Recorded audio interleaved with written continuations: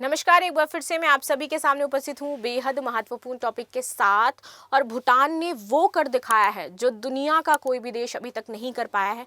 भूटान दुनिया का पहला कार्बन नेगेटिव देश बन गया है। लिटरली भूटान बहुत ही अच्छी जगह है। भूटान की संस्कृति, सभ्यता, इन सभी का मैं सम्मान करती हूँ। और भूटान में जो पर्यावरण के लिए जिस तरीके से कैंपेनिंग हो रही है, लोग अपने पर्यावरण को संरक्षित कर रहे हैं, वो सराहनीय है। चलिए, उसने ये उपलब्धि हासिल कैसे करी और हमें भूटान से क्या सीखना चाहिए, इन्हीं सारी चीज़ों के बारे में हम लोग बातचीत करेंगे। मेरा नाम है प्राची मिश्रा और आप सभी का बहुत बहुत स्वागत है। और किसी को अगर कहीं घूमने जाना है तो मेरे हिसाब से पहले एक बार भूटान ज़रूर हो करके आओ, ताकि आपको पता चलेगा कि भूटान ने ये चीज़ें कैसे मेनटेन करके रखी हैं। भारत का पड़ोसी है भूटान, कैसे बना दुनिया का पहला कार्बन नेगेटिव देश। दक्षिण एशिया के पूर्वी हिमालय में स्थित छोटा सा लोकतांत्रिक राजतंत्र भूटान आज दुनिया का पहला और एकमात्र ही कार्बन नेगेटिव देश है। ठीक है, वैश्विक कार्बन उत्सर्जन में इसका योगदान नगण्य है, परंतु जलवायु संरक्षण के प्रयासों में इसकी जो स्थिति है वो दुनिया के सबसे महत्वाकांक्षी देशों में गिनी जाती है। इसके जो मॉडल्स हैं वो पूरी दुनिया अपना रही है। भूटान के प्रधानमंत्री हैं शेरिंग तोब्गे के अनुसार ये उपलब्धि मजबूत राजनीतिक इच्छा शक्ति, ऑफ कोर्स चाहिए भाई, राजनीतिक इच्छा शक्ति चाहिए, बातें करने से नहीं हो पाएगा किसी भी देश में, पर्यावरण केंद्रित नीतियों और भूटानी समाज के प्राकृतिक केंद्रित जीवन दृष्टिकोण से संभव हो पाया। और इसमें सबसे बड़ा जो रोल अदा करता है वो उस देश का जो युवा वर्ग है, उस देश की जो जनता है वो अदा करती है। तो जनता और सरकार मिल करके किसी भी देश को कहीं भी ले जा सकते हैं, बशर्ते दोनों के अपने तालमेल बेटर बैठने चाहिए, दोनों का ही माइंडसेट वैसा होना चाहिए, वरना चीजें हो नहीं पाएंगी। भूटान में ये सिद्ध किया है कि भैया विकास और पर्यावरण संरक्षण एक दूसरे की प्रतिद्वंदी नहीं बल्कि पूरक भी हो सकते हैं, बस आपको अपने मॉडल्स को वैसे अपनाना होगा।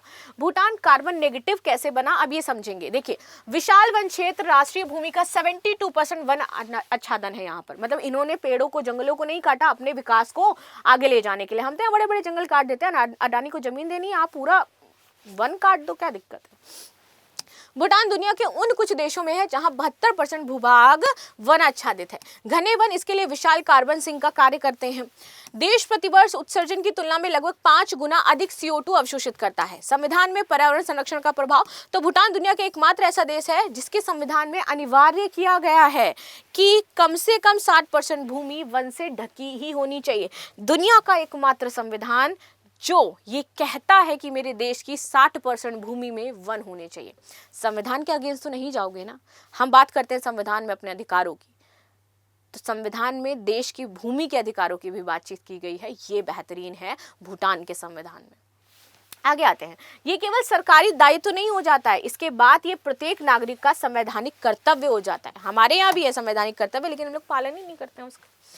आगे आते हैं, ग्रॉस नेशनल हैप्पीनेस, GDP के स्थान पर यहाँ पर सकल राष्ट्रीय खुशी को प्राथमिकता दी जाती है। विकास के निर्णय पर्यावरणीय एवं सामाजिक न्याय आधारित बनते हैं।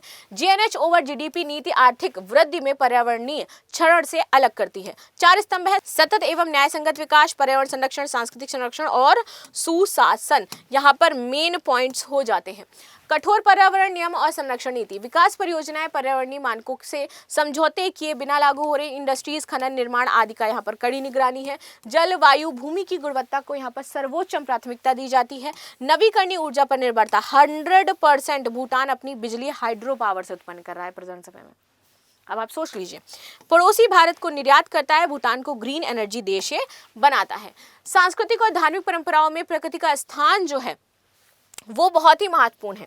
ये कहते हैं कि भैया देवता प्रकृति में निवास करते हैं, और हम भी तो प्रकृति पूजक है ना। हम भी तो बरगदाही करते हैं तो बरगद पूजते हैं, हम तुलसी जी का ब्याह करते हैं हम तुलसी पूजते हैं, नीम पूजते हैं, हम बहुत सारी चीज़ें पूज जाती हैं। हम सूर्य की आराधना करते हैं, वो क्या है, प्रकृति पूजक तो हम भी हैं, लेकिन हम अलग काइंड ऑफ प्रकृति पूजक हैं।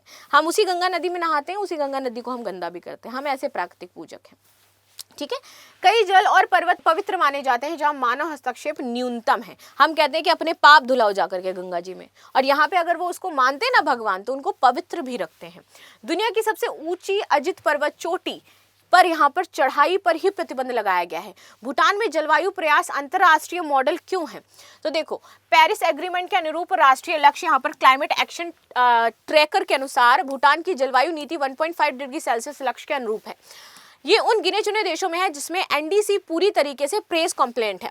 क्लाइमेट एक्शन ट्रैकर स्वतंत्र अंतरराष्ट्रीय संगठन है, दोनों देशों के जलवायु लक्ष्य और उत्सर्जन का विश्लेषण ये जारी करती है और कैट में भूटान को कार्बन नेगेटिव यहाँ पर माना गया है। जलवायु नेतृत्व की नैतिक स्थिति, पीएम तोबे का तर्क है कि यदि छोटा सा संसाधन विहीन देश कार्बन नेगेटिव हो सकता है तो धनी देश तो बिल्कुल हो सकते हैं। ये वैश्विक जलवायु न्याय के बहस को और भी ज्यादा मजबूत करता है। एलसीडी से बाहर निकलना विकास और पर्यावरण का मॉडल है। 2023 में भूटान एलसीडी स्टडी से बाहर आया। ये प्रमाण है कि पर्यावरण संरक्षण विकास को यहाँ पर बाधित नहीं कर रहा है। भूटान के सामने जलवायु परिवर्तन की चुनौतियां, तो भूटान कार्बन नेगेटिव है, फिर भी जलवायु परिवर्तन का सबसे गहरा प्रभाव उसी पर ही पड़ रहा है। हिमालयन वार्मिंग वैश्विक औसत से तेज यहाँ पर चल रहा है, 2 गुना तेज गर्म हो रहा है। ग्लेशियर्स यहाँ पर पिघलना शुरू हो गई हैं। ग्लासिकल लेक आउटबस्ट फ्लड यहाँ पर देखने को मिल रहा है। हम नदी झीलों में उफान आता है, अचानक बाढ़ आ जाती है, गांव उजड़ रहे हैं, कृषि भूमि नष्ट हो रही है और पर्वतीय सड़कें तथा बुनियादी ढांचा यहाँ पर क्षतिग्रस्त हो रहा है। सीमित आर्थिक संसाधन, आपदा प्रबंधन की लागत बहुत अधिक है, सड़क रखरखाव लागत यहाँ पर दुगनी हो जाती है क्योंकि पहाड़ी इलाका है। वैश्विक जलवायु शासन के लिए भूटान का संदेश, तो क्लाइमेट जस्टिस की ये मांग करता है। ये कहता है कि जलवायु संकट पैदा करने वाले देश अधिक जिम्मेदार हैं। हमारे यहाँ पर जो चीज़ें दिक्कत हो रही है उसकी वजह से उन्हें उत्सर्जन कटौती करनी चाहिए। सबसे पहले फंडिंग, टेक्नोलॉजी और क्लाइमेट फाइनेंस प्रदान करना चाहिए जिससे कि वो अपनी चीज़ों को बेहतर कर पाएं और तभी तो हम इस लक्ष्य पर आ सकते हैं, तभी तो इस लक्ष्य को हम पा सकते हैं। वरना हमने जितनी मेहनत करी है वो अन्य देशों की वजह से खराब हो रही है, तो फायदा क्या हुआ हमारे कार्बन नेगेटिव बनने का, जब हमारे आसपास पड़ोसी देशों में ही कुछ बेहतर चीज़ें नहीं चल रही हैं। ठीक है। सस्टेनेबल डेवलपमेंट मॉडल, भूटान ने विकास के लिए ये मार्ग दिखाया, कम उपभोग उच्च मानव कल्याण है। ग्रीन इकोनॉमी, लोकल कल्चर और सामाजिक समरसता बनाए रखना है हमें। एनवायरमेंटल कॉन्स्टिट्यूशनलिज्म, दुनिया के अन्य देशों को भी संविधान में पर्यावरण संरक्षण की बात मेंशन करनी चाहिए और ये बहुत ज़्यादा ज़रूरी है। लिटरली मतलब मैं इस पॉइंट से पहली बार अवगत हुई कि इसके कॉन्स्टिट्यूशन में ये मेंशन है कि आपको अपनी जो देश है उसका 60% हिस्सा हमेशा वृक्षों से आच्छादित रखना है।